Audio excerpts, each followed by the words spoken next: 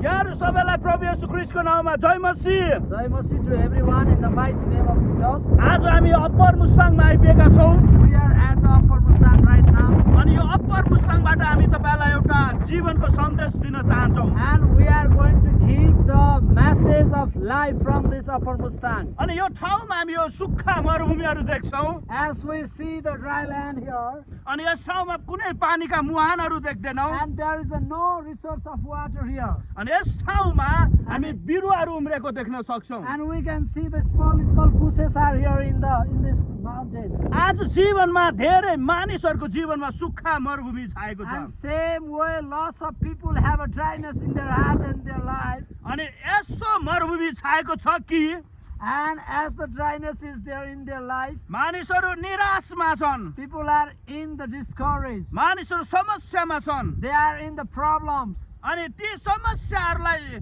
उनीहरूले चाहिँ ह्यान्डल गर्न नसक्दा and they could not, because of they could not handle their problems. अनि धेरै मानिसहरू सुसाइड They गरिरहेका are छन्। committing suicide and they are hanging their life. आज तपाईलाई उत्साह दिन चाहन्छौँ हामी Today I want to encourage you in the mighty name of Jesus. यी सुक्खा मरुभूमिहरूमा जसरी बिरुवाहरू उम्रेका छन् As the bushes are here in this dry land, अनि त्यसरी नै तपाईको जीवनमा हामी एउटा जीवन दिने सन्देश बाँड्न चाहन्छौँ। same way we are giving the message of life in your life. तपाईको जीवनलाई येशू ख्रीष्टले फुलाउन चाहनुहुन्छ Your life, Jesus want to bless you. अनि तपाईको जीवनमा येशू ख्रीष्टले आशिष दिन चाहनुहुन्छ। And Jesus want to encourage you and bless you.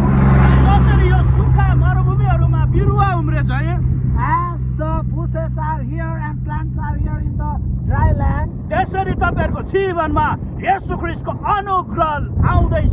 same way the grace is coming in your life in the mighty name of Jesus. त्यो अनुग्रहले चाहिँ तपाईको जीवनको समस्याहरूलाई हटाइदिन्छ And that grace will remove all the problems from your life. अनि तपाई निराश हुनु पर्दैन And you no need to discourage in अनि your life. तपाईले कुनै दुःख मान्नु पर्दैन And you no need to be sad in your life. अनि जंगलमा डोरी बोकेर झुन्डिन जानु पर्दैन। And you no need to hang your life. येशूले तपाईलाई प्रेम गर्नुहुन्छ Jesus loves you. अनि येशूले तपाईलाई बचाउनको लागि Because Jesus wants to save you, उहाँले आफैलाई क्रुसमा दिनुभयो He hang His life onto cross अनि उहाँले तपाईको जीवनमा आनन्द ल्याउनको लागि to bring the joy in your life. उहाँले मृत्युलाई जित्नु भएको छ।